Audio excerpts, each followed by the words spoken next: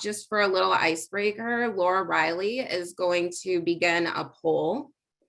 And we have a couple of preliminary questions that we would like to go over. So the first question is, which area of conservation policy are you most excited to explore in the new Congress? Very general. So if we could just submit our answers. Second question is, have you utilized Chicago Wilderness's government relations community network to advocate for a particular issue? Third is, how familiar are you with the procedures behind submitting a policy action request via the GRC? So first up, it seems that climate and change mitigation and adaptation is what we're most excited to delve into in the new year in the new Congress, with a whopping 71%. Agreed, and there's so many different other avenues to incorporate climate work through other forms of legislation as well. So we're excited to talk about that. And I see that 93% have not before utilized the Chicago Wilderness's advocacy network. So it's great we're having this conversation. We'll be able to review some of those steps there. And it's a mixed bag for the third question. Most of us claim that we are not familiar with the procedures behind the government relations community. We have some that are familiar or somewhat familiar. So I'm excited to get into this conversation, and it seems like it's a timely topic. And just a few housekeeping items before we get into the meat of it all. If you are interested in jumping in, please just pop in the chat or raise your hand via the Zoom feature or just regularly. And then meanwhile, we are going to delve into a legislative update. So I'm just going to share my screen.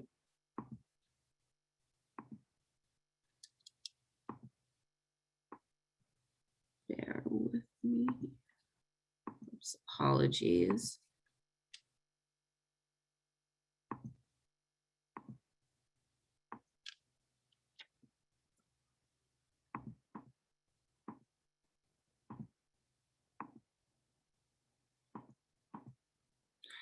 All right, so just for a brief agenda, first up, we're going to delve into the legislative update and connecting to the Chicago Wilderness Goals.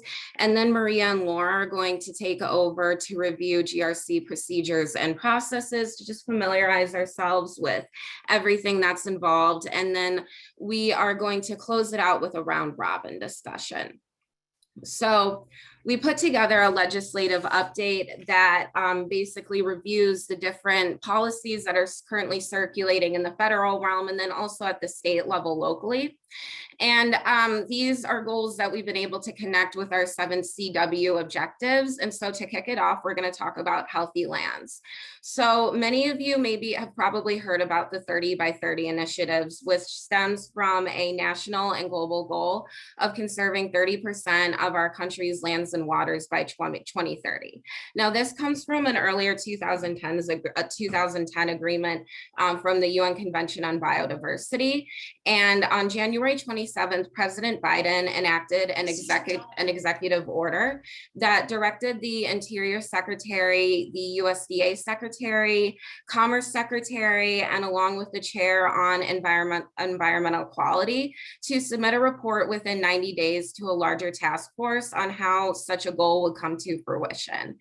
And on May 6th, this report was officially released, and it was called America the Beautiful, a new rebrand to bring it home more specifically to the United States.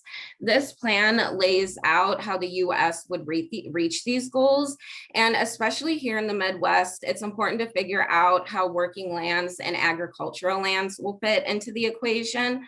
And also how will this touch down in major cities such as Chicago. So not only would these efforts help foster biodiversity and preserve wildlife habitats, achieving 30% of land and water conservation would help mitigate the impacts of climate change and ensure vulnerable communities retain adequate access to natural resources. It's important to ensure that these goals are inclusive to the needs of all different types of demographics, whether it's city individuals, local municipalities, state and tribal governments, as well as private landowners. And so at this point, we're in more of the monitoring aspect. With the release of America the Beautiful, it seems as though each state is coming together to form a more specific plan that will cover their needs. And we'd be interested to see, please pop in the chatter in a round robin discussion if any of your groups have started working on this quite yet. Next up in agriculture, we have the Growing Climate Solutions Act. It's basically what this bill would do would enable farmers and other private landowners to more easily partake in carbon markets and be paid to sequester carbon. So it's very voluntary and incentive-based. We're excited to see that it has a lot of bipartisan support, especially in the Midwest. And then specifically the individuals that are co-sponsoring in the Midwest region include Representative Bustos, Hollingsworth from Indiana, and then in the Senate, Senator Durbin, Stabenow, and Peters, Senator Braun, and Senator Todd from Indiana, and Senator Baldwin from Wisconsin. We're not sure if this bill will pass as is or if it will be incorporated into a larger plan, but it's important as we tackle climate change to ensure that the agriculture community is on board too, especially in our area. So for goal number 3, is green infrastructure in built places. We were excited to see the recent introduction of the American Jobs Plan, which was introduced on March 31st. So this is a $2.3 trillion plan, very broad and comprehensive, and it really touches down on all sorts of infrastructure from the utility industry, the transportation realm, physical infrastructure, public transportation, and more. Big component that we're excited about is the emphasis on investing in natural infrastructure. And there are also significant promotions on ensuring that overburdened communities are first in line to get the new jobs that would result from these changes. Once again, as this is so new, this is one of those areas where we're not exactly sure how and what form this will cross the finish line. There's a lot of movement right now on some surface transportation legislation, and we're checking in to see how the American Jobs Plan will be reflected in coming transportation bills. Number 4, our 4th goal is increasing habitat and conservation land. And a big bill that has been circulating around in that area for a couple of years now is Recovering America's Wildlife Act. This is a biodiversity bill that addresses the habitat loss that species across the country are currently facing. Now, this was originally introduced a couple of years ago, but on Earth Day, members of Congress introduced an updated version with the bill number 2773.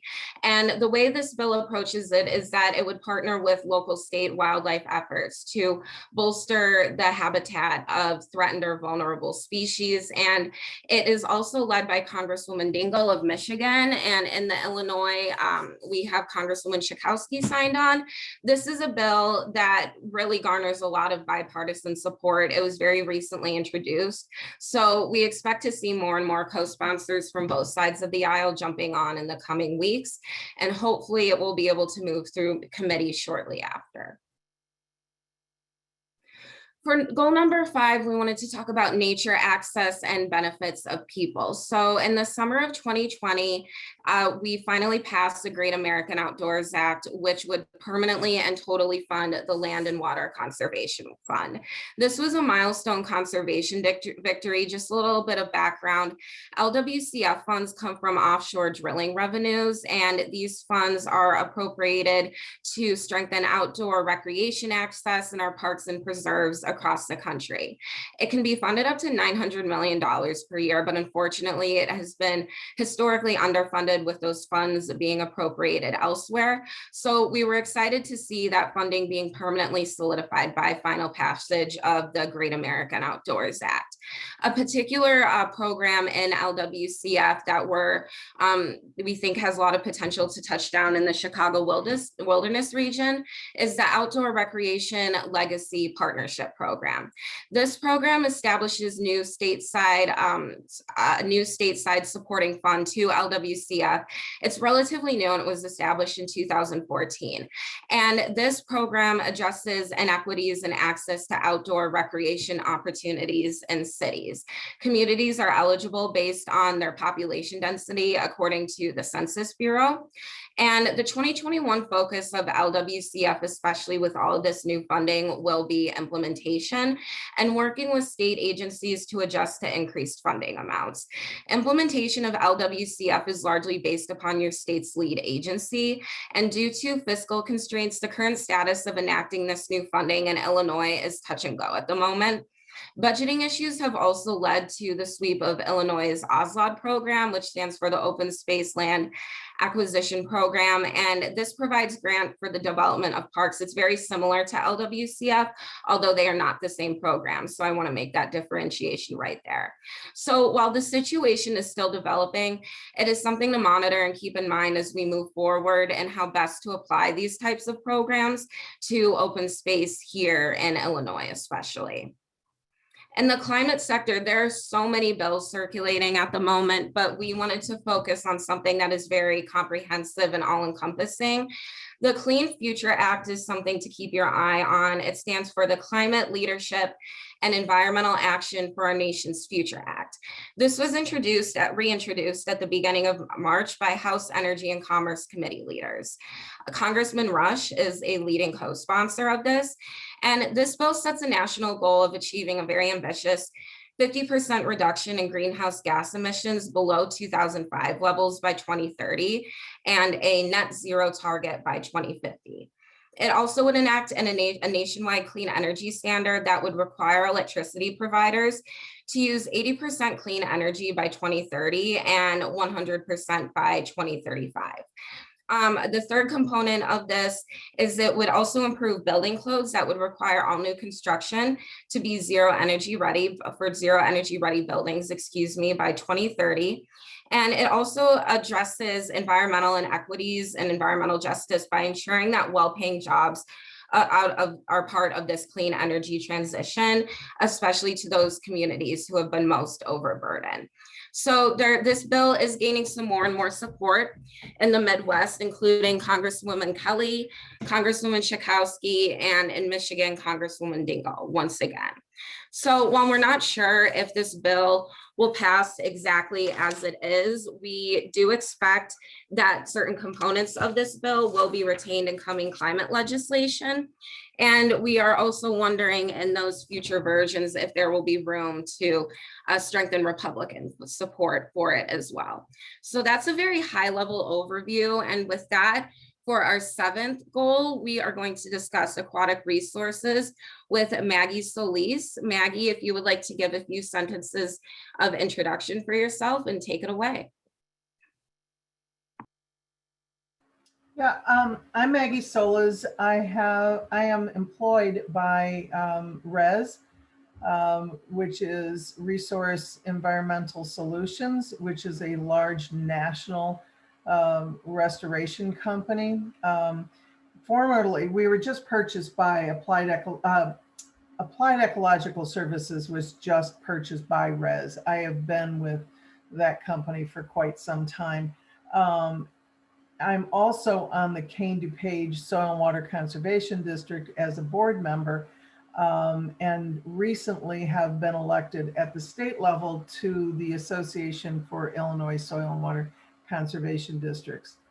So much of what we've been talking about, goes to what's happening on ag land.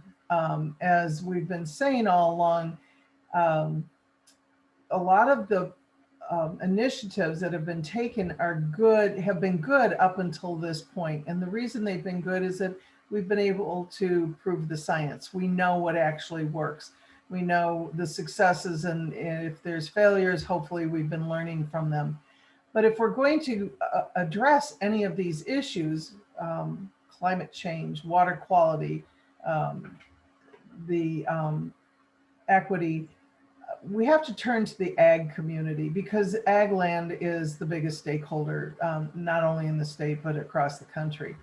And because of our focus, my focus at the Soil and Water District level, I've been involved with a lot of lobbying, and those names that Leisha mentioned, Dingle, Rush, Schakowsky, Durbin, we've been having conversations with those folks from the association, at the association level. Right now, I'm missing the conversation with Bobby Rush, Congressman Rush, because of this meeting, but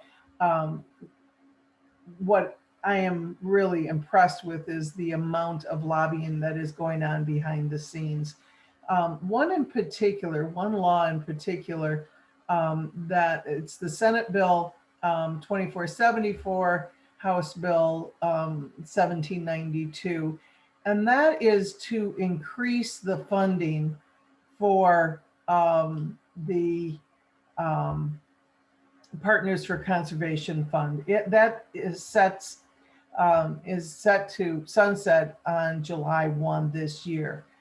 After the previous administration, where there was no budget, and the districts, the soil and water conservation districts, really suffered greatly, kind of cobbling together as many resources as possible to keep their work going forward. To have this funding sunset at this point is, it's frightening, actually, because there is so much work that gets done at the district level. They are the folks that actually get out there and talk to the farmers. They're the ones who teach the farmers. They're the ones that are able to help administer the federal funding that goes through the districts. And I'm talking about the conservation practices that are helping with water cleanliness, with soil erosion, with climate change, with pollinators. All of those programs will come through the soil and water districts. And if we don't have them, we're going to be in trouble. There's a lot of really good workers, smart employees at that level. So, when you talk about clean water, or whether it's in the urban or the rural area, so much of the problems come from runoff. And so the nutrient loss reduction strategy came out of the Obama administration, and they've set some pretty strong milestones to reduce the nitrogen and the phosphorus out of the water by 2025. And the way this is getting, the information is getting disseminated, is through the districts. I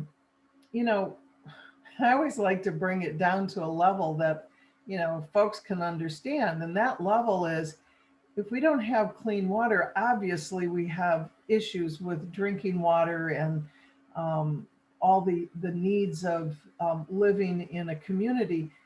But when you look at it, I think you've got a lake that's filled with algae. How many swimming vacations, how many fishing and boating vacations are going to take place in that dirty water? How many summer jobs are lost? How many Slim Jims and 6-packs of beer are not sold, or fishing licenses are not sold? So, on top of the environmental issues that we have, we also have strong economic drivers to make sure that this all passes.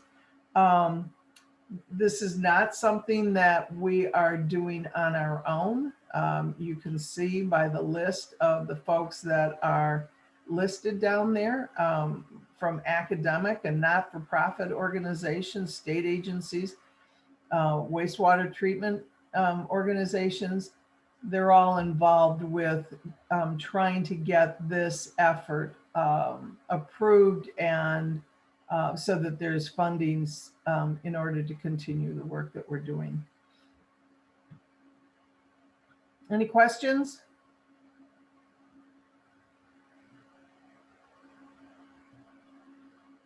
Thank you very much for that, Maggie. I just want to give a few more minutes for any other questions that might roll in. And we're also going to circle back to these different policies and initiatives in the round robin discussion.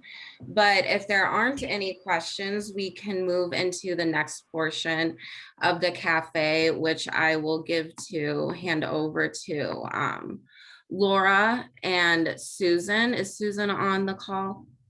I am, yes. And thanks so much for such a deliberative, thoughtful conversation. I really appreciate that. We need to think about how environmental policy affects our region, but we probably need to do a better job of figuring out what our messages are to, to clearly articulate to elected officials. I see our board president, Ted. Ted, do you have something to, I know you always have something to say. Do you mind just sharing your thoughts? Hi, Susan, thank you.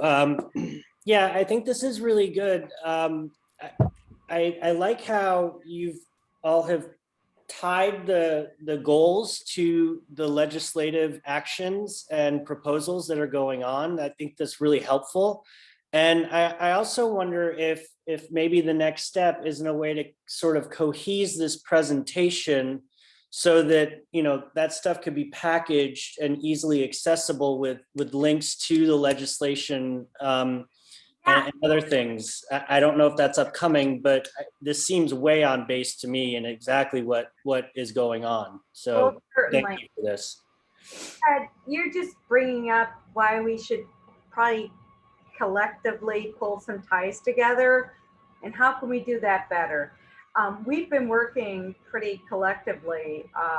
Michelle Uding,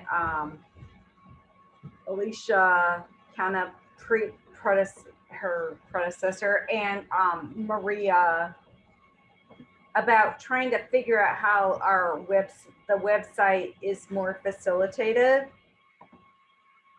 So how about you think about that, and how can we just make sure that everybody knows that they have a voice? Because ultimately, I think what we've been trying to do in the last couple of years is facilitate grassroots involvement. So Alicia's been driving some of that.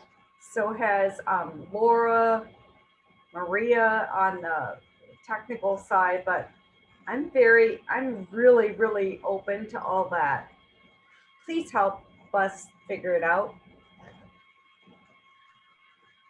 And going into that, part of figuring it out is making sure everyone on the call and all members and participants are aware of the procedures and processes behind participating in the advocacy network. So I was thinking at this point, Laura and Maria could jump in and explain the different areas online where you can access these outlets.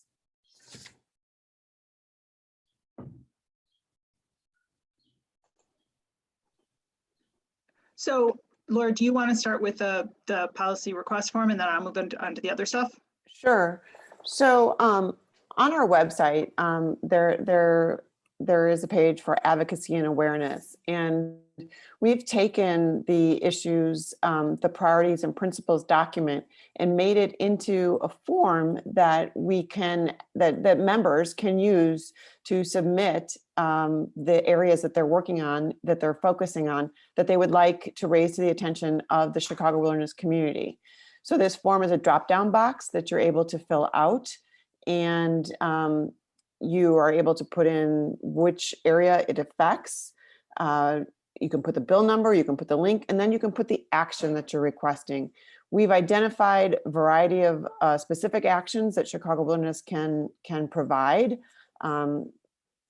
And those include sharing information with the Chicago Wilderness partners that are working on an issue, posting this issue to the government relations community page. And actually, I was thinking, many of you are new to Chicago Wilderness faces that I've seen here, I would like to invite you all to join this community. It really is just a simple, all you have to do is either go in and select that you'd like to be a part of this community, or email me and say, I'd like to receive updates and alerts from you. And then when we get together, if we have a team meeting, or if there is something that is specific to the government relations community, we can send out a specific e-blast on that. And you're then welcome to share on Social Link, which Maria will be showing us more about later. So with Hey, do that, you mind if I push and just basically say what Laura just said is really strongly supported, and we're really doing a lot of work in the back end to try to figure that out, to facilitate grassroots. Sorry. yes, absolutely.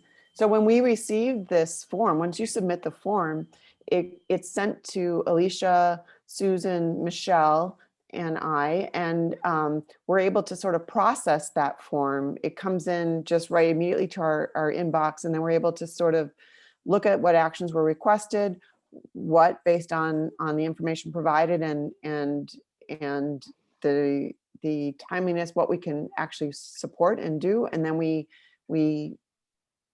kind of take action on that based on the recommendations from the form. So I invite you all to share this, use this when you have something that's affecting your community.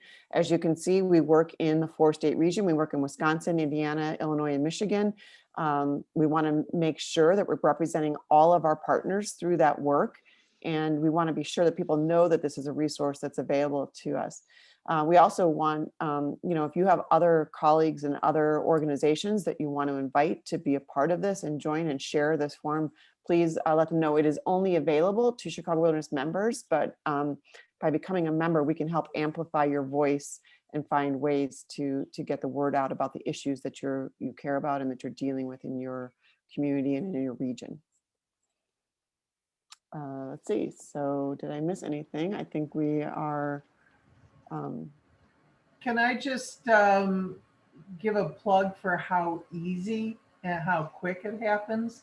So back in April, I was putting the information about the Senate Bill 2474 in front of Laura, and within minutes, I received this form. I would really like to go back. I did not do this, but I'd like to go back and count how many people responded because of just this kind of messaging that went out. So bravo. Thank you, Maggie. Thank you so much. And I really want to encourage everybody. This is a new process that we've set up, and we have it really. I hope that you can see that it's new. It's different from the way that we handled requests in the past, and that we have been able to sort of implement this a much more streamlined process moving forward for our partners. Okay, I'm going to turn it over to Maria. Hi, so I am Maria Sadowski. I'm a communications consultant with Chicago Wilderness, and I am representing Wisconsin. Anyone else from Wisconsin here? Probably not. So I wanted to talk a little bit about some of the other things that we have available online to help you do the things that you need to do to either be part of the government relations community or sorry, my dog is also going to participate in the conversation. So on our website, there is a page that chicagowilderness.org/advocacy and awareness. You can also find it by looking at the top navigation under our work. And on this page, in addition to the policy action request form that we just talked about, you can also go or point people to immediate links to find legislators in the 4-state areas, to view legislative calendars. That's something that Alicia is tracking and posting for us on a pretty regular basis. And then also to read and download the legislative priorities and principles that we just talked about. So this is sort of your first point to go to. This page is accessible to anyone from the public. You don't have to be a Chicago Wilderness member or signed in to see it, with the exception of the policy action request form. So that is all available on this advocacy and awareness page. And then, do you want to move to the next slide?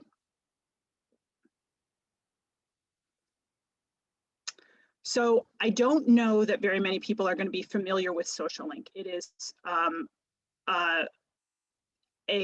internal Chicago Wilderness member function that is available through our website, or you can also download an app.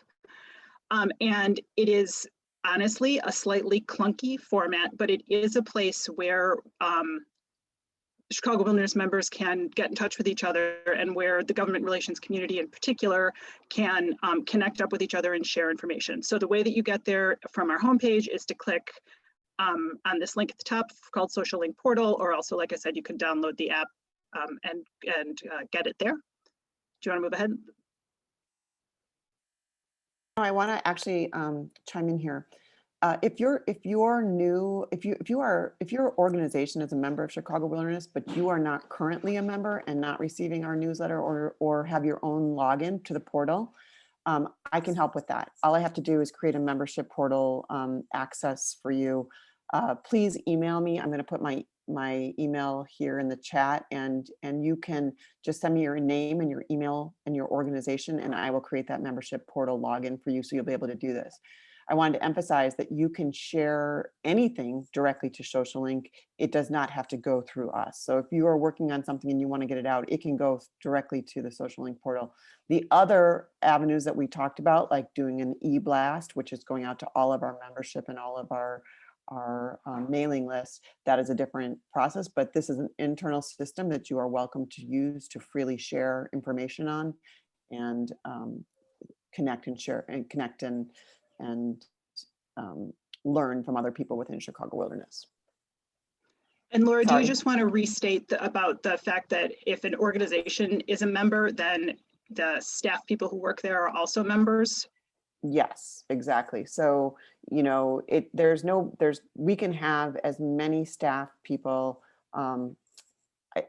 categorized under a member organization. So if you know that your executive director and your conservation, restoration, natural resource person has been engaged and involved with Chicago Wilderness, and you may have been directed there recently by them, but you're not currently a member, or with a member portal, I'm not saying a member, you don't have your own partnership portal login, you're welcome to just seriously send me your name and email address. I will create that. I will categorize you under your member organization, and you'll start to be able to log in and do this and join the committee, and also receive the information from us. So thanks, Maria.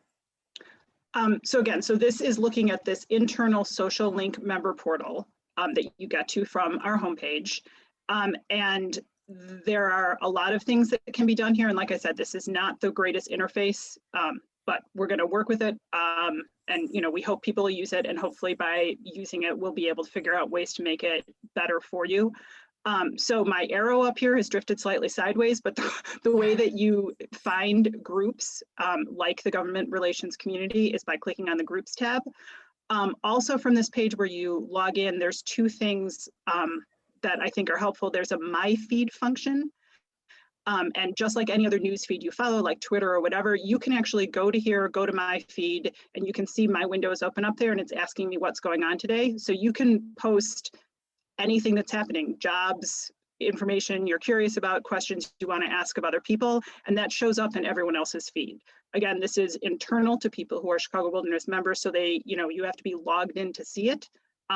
So it's kind of our closed network to be able to talk to each other, but it's there, and there's a feed available, and it's certainly worth checking out to see what other information is there that you might not be aware of.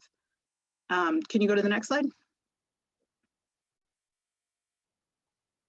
So then there is a government relations community group within Social Link, and that's what this page looks like. And what you can do from this page is find the leaders of any group. And so government relations committee is obviously just one group. There's a communications committee. There's dozens of different committees that are related to the green goals. So anyway, so from this page, you can see the committee leaders. They're actually linked. You could send an email to them directly. You can also share files. And again, the arrow at the top of the page, you see it says you can look at the committee, you can open files, you can share files. And equally importantly, I think, or possibly more importantly, is from this page, you can actually email the entire government relations committee or any other committee or group. So Everyone who has asked to be on a group or committee is all linked here together. So you don't have to email someone and say, hey, who's on this committee? I want to get in touch with everyone. This is the fastest, easiest way to access everyone who's on a team or group. And I can't remember what the slide after this is. Do you want to go to the next slide? I can't remember if we're done. Yes, I think it is time for the round Okay. robin at this point. So we are going to try something a little different for the round robin.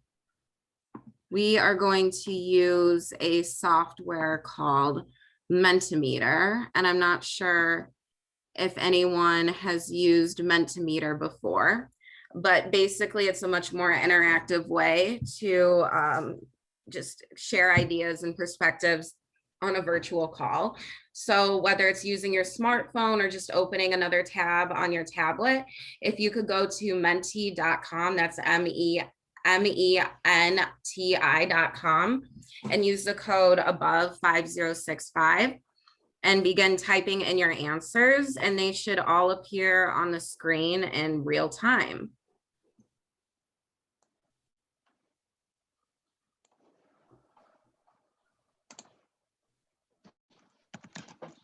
So as we wait for some answers to start trickling in, we just went through a very high level legislative update.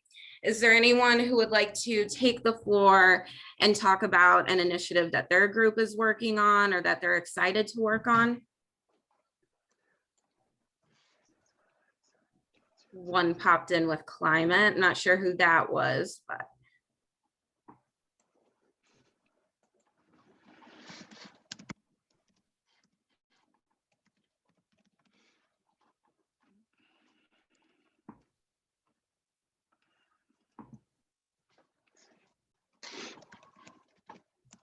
We have another one submitting 30 by 30 in land use. Has anyone been working on something more specific in regards to 30 by 30? Because as of right now, it seems to be more of a concept.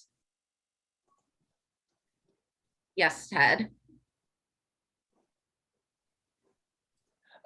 So the IEC has a group working on crafting legislation that I've been a part of. And if that's important to folks, that might be worth checking in with them to see if you can join it.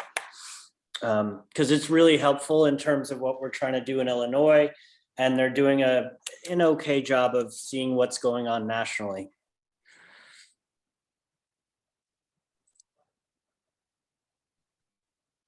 Then we have some submissions of environmental justice, soil health, land use as well, and particularly when it comes to land use, it's going to be a matter of seeing how we connect initiatives like 30 by 30 or the LWCF program or Recovering America's Wildlife Act all in one.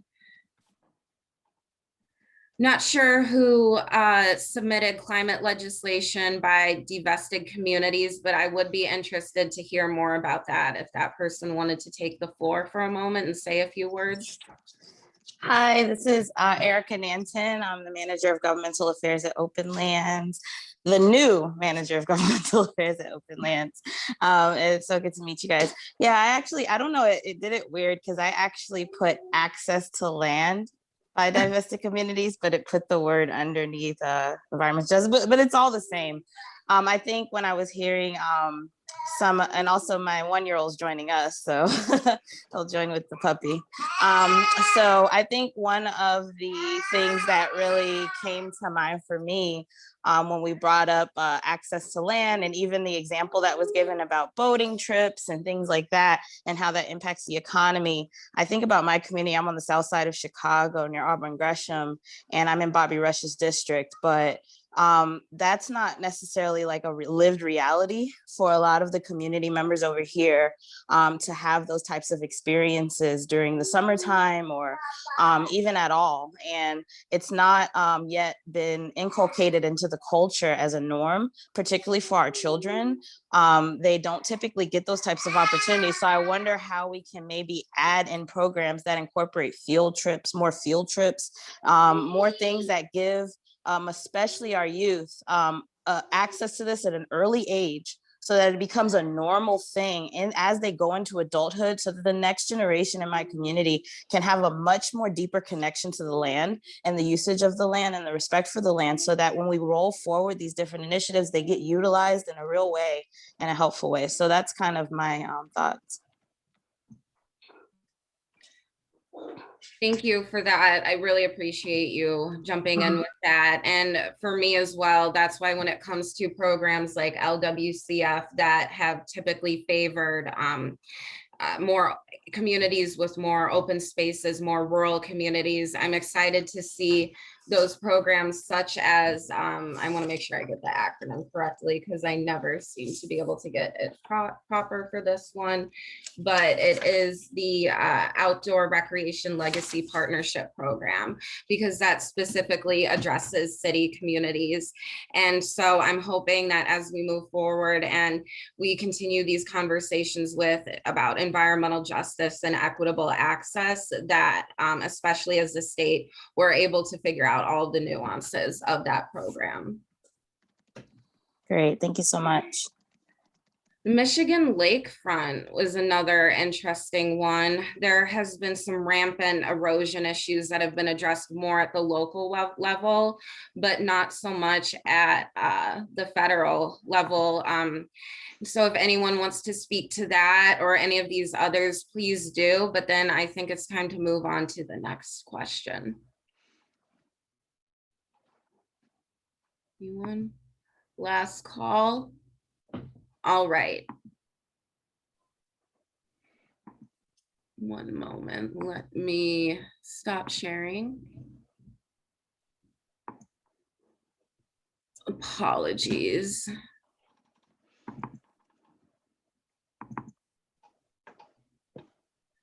Just bringing up the other screen here.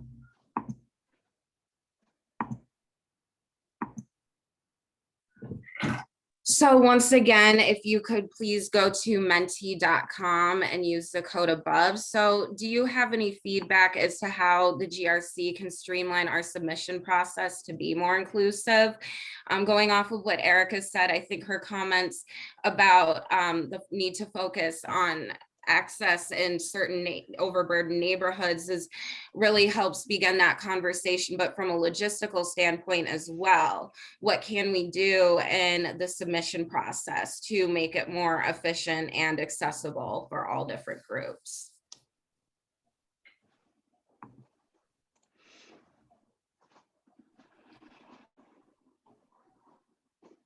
And as the answers roll in, I just want to elaborate on one more. We want to really drive home the point that Chicago Wilderness isn't just for residents of Illinois. It is also, this network can also be very useful for Wisconsin, Michigan, and Indiana as well.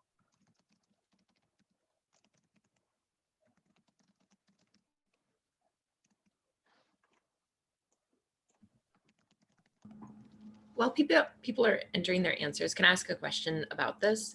I'm just curious how like this group and like this submission process like is interfacing with similar, like I know IEC sends out action alerts, and I think the Hoosier Environmental Council in Indiana does too.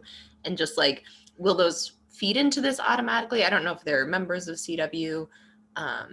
Just curious about how we're interacting with them. Well, I think that's a pretty good question, Ellen. I think we should probably think about that because we've tried to really integrate. How could we do it better? I don't have the answers, but I do have the questions. Is that okay? Yeah, that makes sense. Is IEC a member of CW? Laura, do you know? So the IEC is not, they have been members in the past, Okay. and they do still receive our members, are considered non-member status, but they still are on our mailing list. The Sierra Club is a member, and you know, I think there's been a lot of overlap in some of the meetings that I know that Alicia and Susan always attend to. I feel like some of the information does trickle back and forth between Chicago Wilderness and those, whether or not they're membership status. And I do know that actually, many of the members from the IEC have been very active and engaged, both within the government relations community, but also more particularly with the people and the education community. So they have led some of the meetings that have happened through that team as well. So. Thanks. But I think I'm sorry, Ted wants to say something. How about that? Susan, go ahead and finish your thought and then I'll jump in because it's sort of related. I just but not want really. to say that there's so many of us that care about the same things and we're value generated. None of us care about the same thing without caring about the same thing. So let's just all be really honest about that. But I think some of our NGO interests have been a little, everybody's trying to do the same thing at the same time. So why don't we just figure it out? Agreed. Go ahead, Ted. I want to Yeah, hear Susan, that sort of lines up with my comment. I put in the sort of orangish external platforms here. And I don't know if this is appropriate and or done because I haven't had time to look into this, but I've been playing around with LinkedIn a lot lately and I noticed they have groups and maybe CW has a group, or if we don't, maybe we consider making a group on this external platform because that might talk to what Susan was just talking about in terms of coordinating with these other big groups on a social media platform that isn't internal to CW, but it's sort of more external to the world. And I don't know if that's helpful or hurtful at this point, but I just thought I'd note it for folks to. Ted, I don't think it's hurtful. I think it's thoughtful. And I think we should distinguish hurtful, thoughtful, whatever. And let's just all figure it out together, right? Why wouldn't we struggle together, right? I wanted to echo that, Ted. So we have re-engaged our Chicago Wilderness LinkedIn page, and are working to do that. I think that's a great suggestion. And then as much as we can sort of continue the dialogue, and then also from an external basis, but then be able to welcome and include more on the internal side of it, then the better. And Maria is now an administrator of that. So we will be creating a more active presence. It's been a little bit of a process, just kind of like getting this internal system going. And if people are comfortable with it, and I think that we are comfortable with it because we've been able to make some changes that take a lot of the decision making or policy judgment calls out of it because we've worked through those questions. I think that we're in a much more nimble position to be able to respond to the requests of folks and engage in those conversations. Yeah. And speaking of continuing to hear about how to continue the conversation, we are approaching the end of the hour, and I just want to make sure that we have enough time to wrap up and reflect.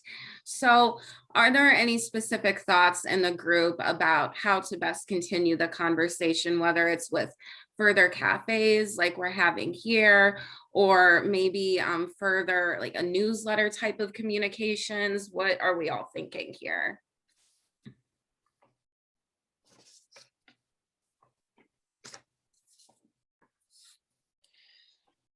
Alicia, I think that would depend on the group here. My guess is since this is a small group, it depends on sort of the CW goals. Is it to grow the group and grow the advocacy effort, or is it to coordinate the advocacy effort to grow? And if it's to coordinate, I think this group size seems right. If it's to get other people in here, then obviously maybe it's reviewing bills individually or, deeper dives on how they integrate with the goals. I don't know the answer to that, but that's what immediately comes to my head.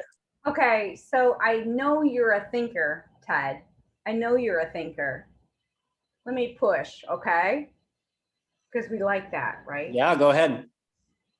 I know you're gonna give me something back better than I thought in the beginning. So what is that, Susan? Where are you challenging me? Is that not deep enough? Is that too No, it's superficial? totally deep. It's totally deep. I think basically we want to have more diverse voices. I think all of us are white on this. Yeah. I think we have to acknowledge that. I think we have to think about it. And I think we have to rectify it. So Susan, that's a really interesting question because, you know, the few of us that are at least on the climate calls in this group, and most of us have jumped off at this point, we talk about that quite a bit, enlarging the tent. So I think that's like a CW wide issue, but that doesn't mean we can't get into that here. And I'm not sure what the best way is with this effort, because I've noticed the same issue with the IEC new climate table. Obviously it wasn't that way with CEJA, but it is that way with the climate table too. You're right. So Ted, So as the only Black person on this call, I can definitely say this is not just an issue going on here. thanks, Erica. I can report that. I don't think you need to be the only voice. How Yes. about that? Absolutely, absolutely. This is definitely something that seems to go across the board in many of the tables that I am at now that I'm in this new position. So I kind of think it's maybe a cultural thing that needs to be challenged overall. Well, we should talk about it. And I can say, as somebody who's done this work outside of this current position, on the ground with communities, I've done work with the Poor People's Campaign. That was most recent. So that was started by Dr. King to get people together from all backgrounds and races. So I've done organizing work with poor whites in Appalachia. I've met with the chief of the Apache Nation. I've been at Flint, Michigan, because that was his vision, but they added a new pillar to that movement, which is now ecological devastation. Before it was just economic justice, racial justice, and the war economy. But in our modern times, this is such a pressing issue. So I can tell you from experience that there are vast amounts of people of color and people from divested communities who are doing this work as we speak, who are having profound meetings and tables as we speak. This is not really a, you know, welcome people in. I mean, these are some dynamic individuals that could teach us a thing or two, to be honest. And so it's just really good to know the work that's currently happening. And so that it's more of a like, can you invite us in? Sometimes that's what needs to happen. Can you invite us over there so that we can learn some things and maybe get that view of the scope of the terrain, so to speak. And so to follow up on Erica's point, you know, it's a really good one. There's intersectional environmentalists, there's environmentalists of color, there are all sorts of groups that we could link to, number one. Number two, I kind of feel like in the last 6 months, my own personal journey indicates that like there's no time for climate change, right? We're running out of time, but people don't have the time to look into it because there are way more important things going on. So I wonder, Susan, if the answer to your question is to engage these groups, it's not only looking for them and having them invite us in, as Erica excellently pointed out, but maybe we focus on the environmental and social justice aspects of this legislation, so that, because that's like the common identifying cause here in a lot of this stuff. So maybe that's the way in, is to highlight those so that, you know, we're all having the same conversation. I don't know. You're spot on. I think you're spot on, Ted. That was really great input. I really appreciate all of that. And I have my wheels turning in my head. I've been taking lots of good notes.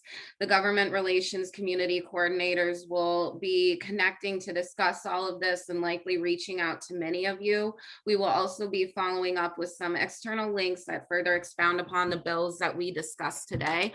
Once again, I just wanted to say thank you for everyone taking the time today, and I'm really looking forward to continuing this discussion. We will all be in touch, and I hope everyone has a good rest of your afternoon. Thank you. Thanks, everyone. Questions. Thanks. Bye-bye. Bye-bye.